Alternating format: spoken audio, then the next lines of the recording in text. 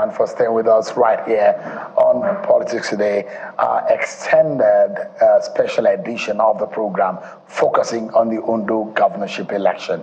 So let's get started. Ondo governorship election, we've been talking about it for several weeks, and candidates, voters have been expecting the day to come. Now the day is just few hours away. But what do we need to know as far as this election is concerned? Some of the basic information that are very important for this election. Take a listen or look at some of them. Of course, we do know that Ondo State is a state in the southwest region of the country. Of course, Ondo State is an oil-producing state, and it benefits from the oil derivation sharing quota. It was created in 1976, and the capital is Akure, has 18 local government areas with about 15,500 kilometers of land area, and it has a voter population of about 2,553,061 voter registered voters in Ondo State. And of course, the electoral wards and RAs are 203. The polling units are 3,933, and the senatorial districts are 3 of them, 9 federal constituencies, 26 state assembly constituencies in Ondo State. That is what we do know about this election. What are the other things that we also need to understand? We understand now that INEC has earlier today released an information indicating that there are 2 political parties whose candidate has been replaced. INEC in a statement today says the commission, as yesterday, 14 November 2024, served with a certified true copy of the judgment of the Court of Appeal, which set aside the judgment of the Federal High Court Abuja Division, and ordered the commission to accept Olushola Ebiseni as the candidate of the Labour Party for the 2024 Ondo governorship election. However, in the appeal with reference number CAABJCCV 1172/2024 filed by the Labour Party, the Court of Appeal Abuja Division struck out the judgment of the Federal High Court for lack of jurisdiction. In obedience to the court order, the commission has restored Olorunfemi Ayodele Festus, whose name was first published as the Labour Party candidate for the 2024 Ondo State governorship election, and uploaded same to the website for public information.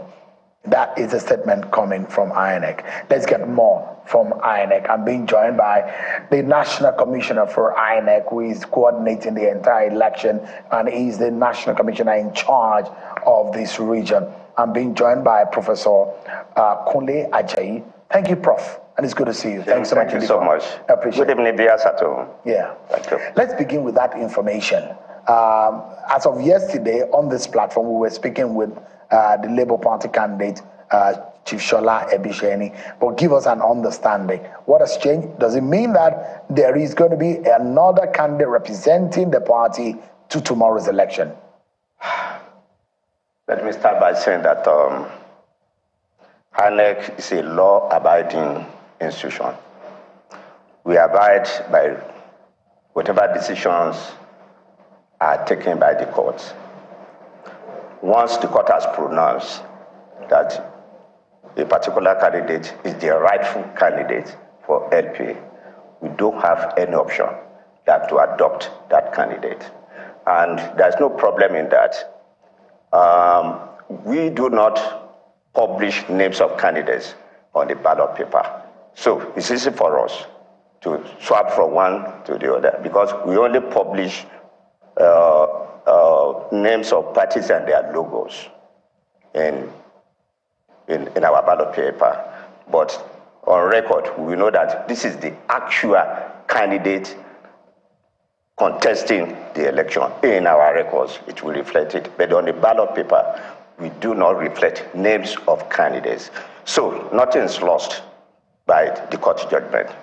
So we just want to know the status, because we do know that voters and people do not only vote for political parties to also vote for the candidate. Yes. Sometimes candidates are the reasons why people go to the to vote. Yeah. So establish for us the decision now, as of today. How many names we do know from what you said today? 13 people are on your list, right? But it looks like you changed 2 political parties, that of NRM and LP. Is that right? We have 18 candidates on our list. 18 candidates made up of 18 men, no women. 18 men, no women. It's under deputy governorship candidates that we have 3 women. But for NRM, we are going to take the candidate as decided by the court. Equally, we are going to take the candidate of the LP declared by the court as declared by the court. That is our position. So you changed NRM and you changed Labour Party. Yes. That is the situation. Yes, sir. As of today. Yes, sir. As of now. As you rightly read from our bulletin. Absolutely. Yes, so sir. Give us an understanding. Is there anything that has changed between yesterday and today as far as this election is concerned? As far as the balloting is concerned, nothing is changing. So how ready is INEC for tomorrow? Yes. Please permit me to start from a conclusion, to respond with a conclusion. INEC is 100% ready for this election. We are absolutely ready for this election. Mind you, we started preparations about a year ago. Statutorily, we have to start preparation minimum 360 days to the election day. So we have started our preparations since about a year ago. So we have left nothing untouched in our preparations. This week marks the grand finale of our preparations. As at now, the organization was represented. We were at the Central Bank yesterday to distribute the sensitive materials, ballots, the necessary forms, then vivas. We distributed them yesterday. Your organization was represented with other media organizations. All other stakeholders were present in the distribution. They witnessed everything, and everything went well. The distribution went to the local government headquarters yesterday. All the 18 local government headquarters received their sensitive materials, including ballots and vivas and EC8 forms yesterday. And by today, we started moving to registration areas. As I'm talking to you, all the registration areas, 203 registration areas, have received all their sensitive materials. And it's as good. If you ask us to start this evening, we are going to start, but statutorily, we are going to start by 6 a.m. tomorrow. I can assure you, all polling units will be open. Everything will get to all the polling units by 6 a.m. I can assure you of that. All of them will open. There will be no cases of late arrival of materials to polling units. We have done our own work, and we are proud of what we have done, and we will not disappoint people of Ondo State. I mean, if you look at it, we got similar assurances in Edo State. Yeah. But on the morning of the election, there were some glitches. There were some difficulties in terms of logistics and operation logistics. And when we wonder, where does INEC get it wrong? The question is whether the commission has learned from what happened a few weeks ago in Edo State, and INEC has been able to seek redress and be able to address some of these issues. Have you been able to do that? I want to assure you, this is Ondo State and not Edo State. Ondo is not Edo. This is not Edo State. This is Ondo State. I'm assuring you, everything will go well. As I've just told you, as at 3 p.m., all RAs have received all their sensitive materials. The next thing is to move to the PU. I taught some of the RAs this afternoon, and we have 3 commissioners on ground. I'm in charge of Ondo Central. We have another one in charge of Ondo North, another one in charge of Ondo South. We have all moved around to ensure that the RAs got all their sensitive materials. And before I left office, we have the reports that it has been completed. I have the records with me here, that all RAs have received all sensitive material. We are just waiting, just a few hours now, to go for the balloting. just few hours. Everything, if you get to the RS, it's like an hotel on its own. Everything to take care of our SPOs, our POs, our APOs. They are just waiting. All they are waiting for is to say, go, please move. And I can assure you, please go around. By 6, you find them at the polling units. So we don't have any logistic challenges at all. Even at the riverine areas, the Navy, everybody are taking care of riverine. We have transporters on the riverine too. We have a riverine transport association. All those things have been taken care of. Everything has been taken care of. We don't have any problem with logistics at all. There are very prominent water bodies in Ondo State. There are River Wena, Ulua, Oni, Awaro, Bese, Awano, and those river bodies that makes it a bit difficult to be able to reach some of the riverine areas. And these are areas where whenever elections happen, to get materials or get officials across these areas becomes a bit more difficult. Yeah. In terms of that, how much of these boats and transportation do you have? We have 2 types of transportation for this election. We have the vehicles, land vehicles on the land. Then we have the boats on water. But there are some other areas that even vehicles cannot get to. We provide Okada for them. So that's motorbikes. Motorbikes, yes, it's motorbikes. Yeah. So there are non-motorable areas in those. Yes. So you have to transport officials. Those points. Yeah. Motorbikes will take over. Which areas are these? There's some maybe around or say area, long distant areas that have hilly terrain. So we have identified them, and they are all there. They are waiting. All those areas have been mapped out. So on the riverine areas, vehicles will get to the riverside, then boats will take over. The Navy, the boat, the river transporters, every one of them, they are out there. We don't have any problem. As far as logistics is concerned. You know, the reason why I'm asking you over and over about this is that we get these assurances from INEC on the eve of the election that, everything is set. And we do know that these assurances, Prof, come with what INEC, just for a moment, Prof, come with the assurances that INEC, based on their own mapping, based on their own preparations, but you give third parties part of this job to do, and it's sometimes on the part of these third parties that things begin to fall apart. What assurances have you got? Because some of these transporters are the ones that are always giving you problems. That was in the past, but remember, this is stand. Is it past as far back as as recent as this is a stand-alone election? When we are doing general election, we may have such a problem because of the number of vehicles that will be required. But this is a stand-alone election. If you were at the distribution point at the central bank yesterday, you will see the quality of vehicles brought to that place. Brand new, they are like brand new. I was even impressed. They are like brand new. These are vehicles that cannot break down. So the transporters ensure that vehicles that are of high grade, of high quality, were brought in, not can break down. So maybe they have mop up from other areas, I don't know, but we have adequate number of vehicles on ground yesterday. Nothing, we didn't have any. And we're being critical about this, Prof, because the assurances we got in Edo, as at 8:30, 9 o'clock, in fact, 9:30 in some areas, materials have not arrived some polling units in Edo State. And these are areas where there are a lot of people thought that they were even a few kilometers away from the city center.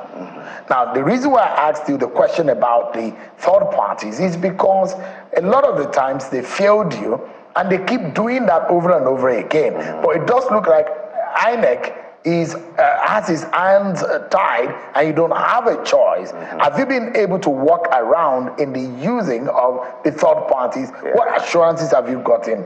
We had meetings, series of meetings with transporters, their bodies, both at the national level and the local level. If as recent as last week, we sat down, we examined we put everything on the table. What were your problems as far as this election logistic aspect is concerned? And we are on everything. And the result of the consultation with them came out yesterday when we were transporting sensitive materials to local governments. As I told you, the type of vehicles they brought, I never knew that we would have such a thing. For election? Yes, the quality of vehicles they brought, they are like brand new vehicles. I was so impressed. I was like the rickety ones they used to bring in the past. So this is a different ball game, sir. And I don't want you to compare here with what happened in so that's in the past. Yes. We should look forward to the future. Yes. And this is a brand new INEC departure from what we're seeing. I assure you. I will, please call me back and say, remind me of what I've said, whether it will be different from what will happen tomorrow.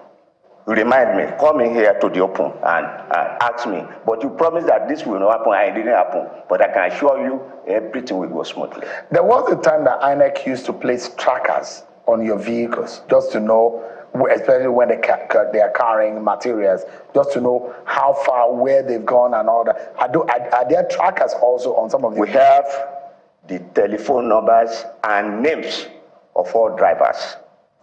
We have the names of all EOs attached to each vehicle. When they were moving yesterday from the central bank to the local governments, the names, the telephone number of each driver to a vehicle, the security going with them, with each of them, we documented them. And as they were going, we are calling them one by one. Where did you get to? Where are you? What happened? Nothing. Okay. Have you arrived? They arrived. We write the time, the arrival time, we write it down. That's how we track everything. And today too, that's how we track everything. Apart from the fact that I travel to some of these arrays. Other commissioners travel to their areas of P2, to their sectorial district. And we all came out with good news that materials have reached the arrays very successfully. Let's take a breather. And the reason why I asked the question, I remember I was in Mr. Shegun Agbaje's office some time ago when there was an off-cycle election, and he was showing us the tracking devices placed on some of the vehicles. And whenever the vehicle stopped, they call and say, okay, what's the problem? They say they want to refuel, or they have a flat tire, or they want to eat on the road, and all what have you. It's easy. But it's different from the telephone I was asking, whether you don't have the trackers, do you? No. No. There are no trackers. No. The only way to know is to call them. To call them. We call the driver, we call the EO, we call the security officer attached to them. And they all confirm they have gotten to their destination successfully. All right, let's take a breather. Yes, sir. And we made it compulsory for all the vehicles, no posters, no stickers of any kind that relates to political parties. So when I saw the cars, the first thing I expected was that I made sure that the cars were clean, no single posters on them. Let's take a breather, Prof. Yes, but when we come back, there are also very critical questions as to not only the readiness of INEC, but the integrity of the process. That is not going to be the only question we'll be asking. We'll also be joined by the DIG in charge of security for this election, DIG Topoyalabi, will also be joining us later on the program. But stick around, we'll be right back after this break, everyone. Join us again. Everyone for staying with us on the program. Professor Kunle Ajayi is the coordinating national commissioner for the Ondo governorship election for INEC. He's been speaking with us. Before we get into security, because we need to talk about the conduct, but INEC cannot conduct the election all by itself. It needs the help of the security agency. So the DIG in charge is already in the studio, and after our conversation with Professor Ajayi, we'll be talking to DIG Topoyalabi. But give us an understanding. There are a few concerns, though, as to the transparency of the process. There are people who are looking at what you will do with the beavers. Are the beavers 100%? Yeah. I'm confirming that we are going to use beavers. And our beavers have been fully charged and fully configured. And they have been moved to the arrays. How many numbers of beavers do you have? Of beavers? Beavers. Of beavers, we have a beaver goes to each polling unit. But usually you have extra. Which means we have 3,900 33 Vivas active. But in case of any challenge with any of them, we have backup that can be easily replace whichever one is having problem. Like any other machine, you can develop for a certain time. But we have technicians at the background, and we have backup Vivas in case any of them develops problem at any time. We will quickly replace them. And that is for Vivas. And other technology we're going to use is RF. Immediately the results are counted, they will be transmitted to the RF. Have your officials been properly trained now on how to take pictures of the result? Because there are litany of pictures, even in the case of Edo election, there are a lot of pictures of results that are unreadable, based on whether ignorance or inability to use some of these devices by some of the officials. We have been training our staff for like 3 months. Then we have trained our SPOs, we have trained our POs, our APOs, every one of them have been trained. And in addition to that, there's a backup technician.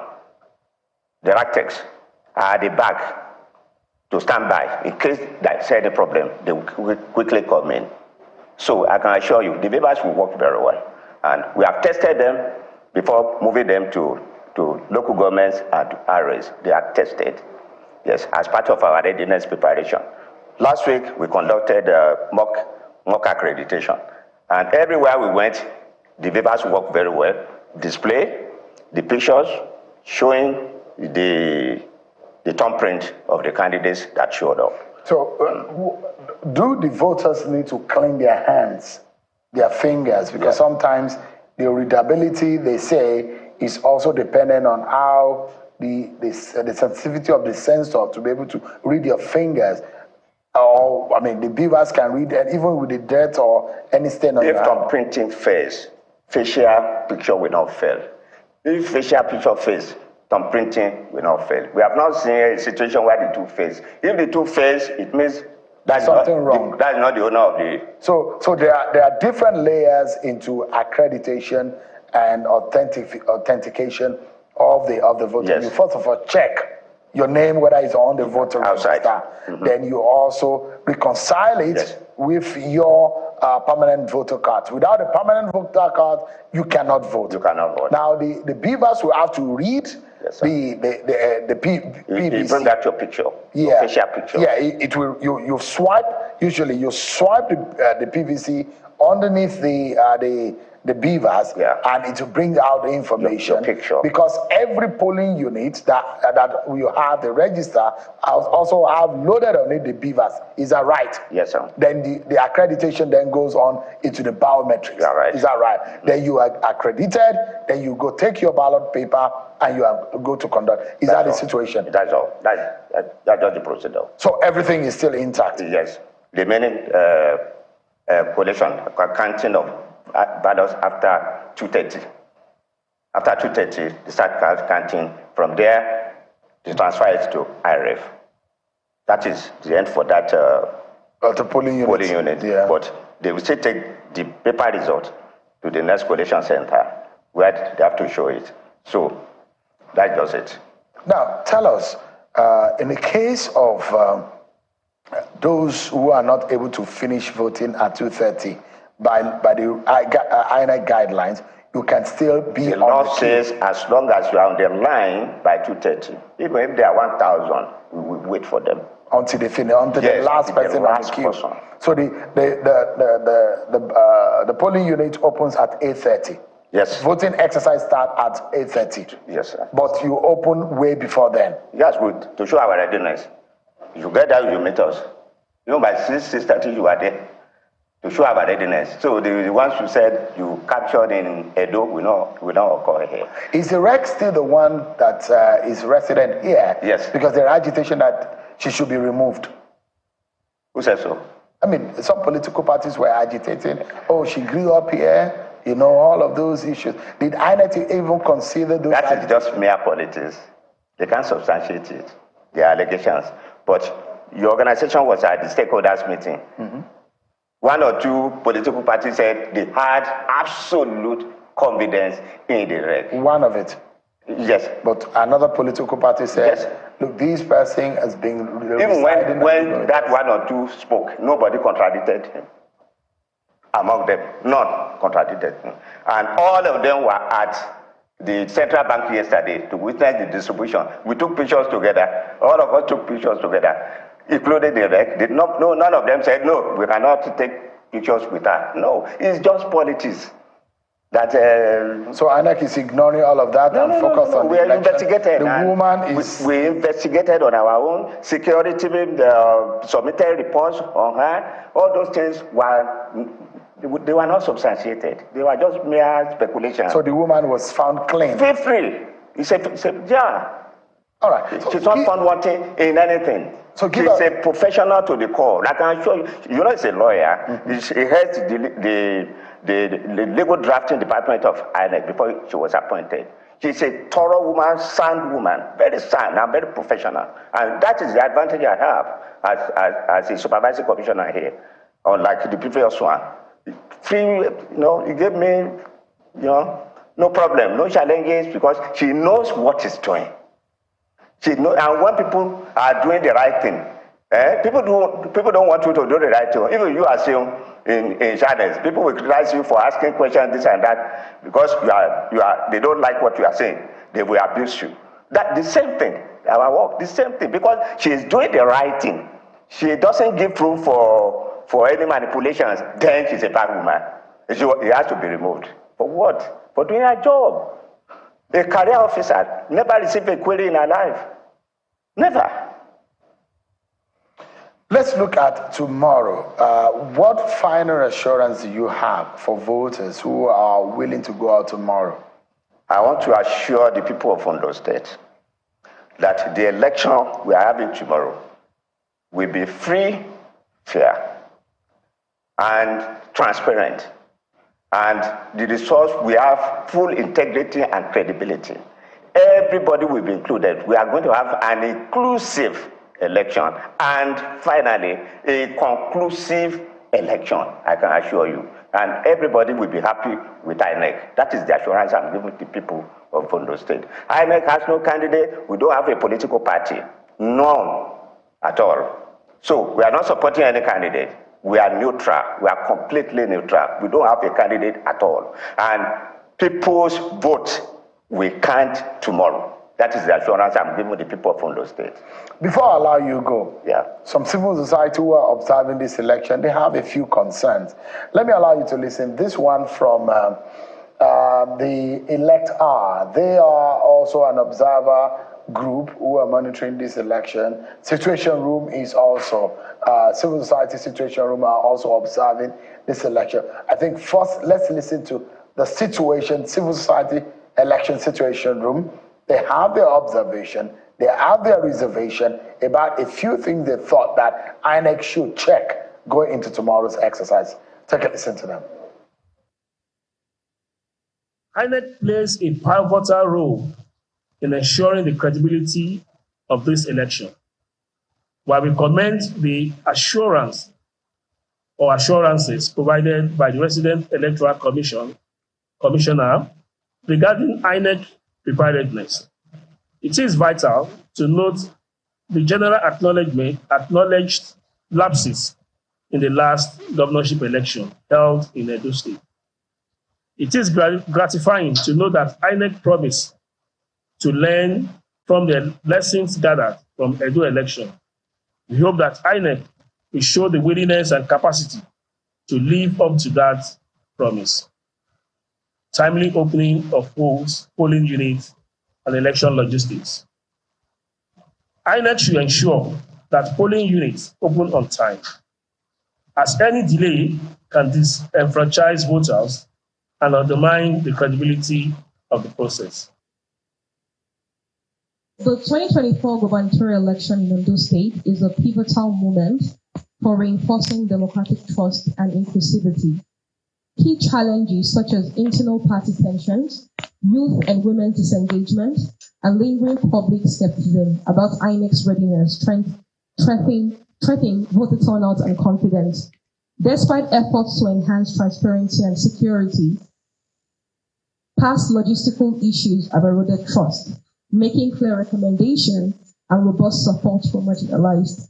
For this election, to strengthen democratic integrity, INEC and civic groups must address these concerns through transparency, balanced security, and proactive voter engagement.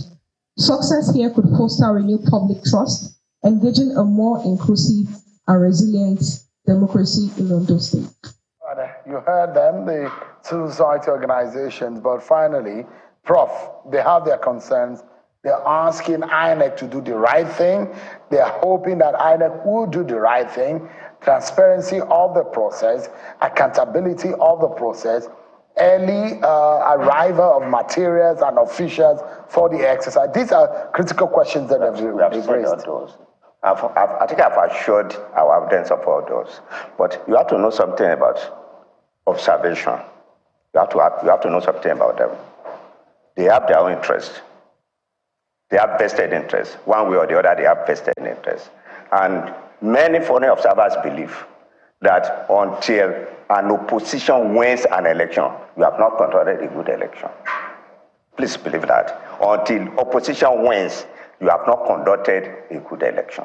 At least this year, I've been to 2 foreign elections, two countries for observation. You are not allowed to say anything. But Nigeria is so free, we allow them to say anything. But unfortunately, they are saying things based on the interest of their sponsors. You know they have sponsors. They have to satisfy their sponsors. I saw a friend of mine among them. I said, why are you always writing things negative? And he told me that, let me tell you in confidence, we have to write to satisfy our sponsors. They told me that in confidence. I'm sorry for leaking that. So it's not everything that they are saying that you have to believe. Not everything that they are saying. They have to put down report that is negative in a way. Well, the realities of what we see on the ground also, Prof, about some of the inabilities and incapacities of INEC that INEC also need to work on. And these are the questions they are raising. Most of the things they are saying are not funded. Let's be clear about that. Please, we can't be saying everything here. But one of them told me that intentionally they have to write negative report because of their sponsors. If INEC does positive, I'm not sure anybody will write negative. We can talk more about that. The idea is that tomorrow, will INEC do the right thing? We will do the right thing, I can assure you. I've said this several times. What about vote buying? What are you doing to curb that? Vote buying, I think a security officer is coming on board. INEC has no powers to arrest anybody. But ICPC, EFCC, the police, they will all be on ground to arrest people either selling or buying votes. It is the responsibility of security agencies to prevent, to curb, or to arrest anybody engaging in vote buying. That is not the responsibility of INEC. We have no power to arrest anybody. It is the responsibility of the security agencies. And that is why we have ICES, Interagency Consultative Committee on Election Security. So it is the responsibility of ICES to look into that. And the DIG is here, and I think it will explain better on that. Thank you so much indeed. Professor Kunle Ajayi, I wish you the very best. You've given us assurances. Yes. We'll be holding you to those assurances. Call me back. We will call you back. Oh, please call me back. Thank you so much, Prof. It's good to see you. Thank you so much.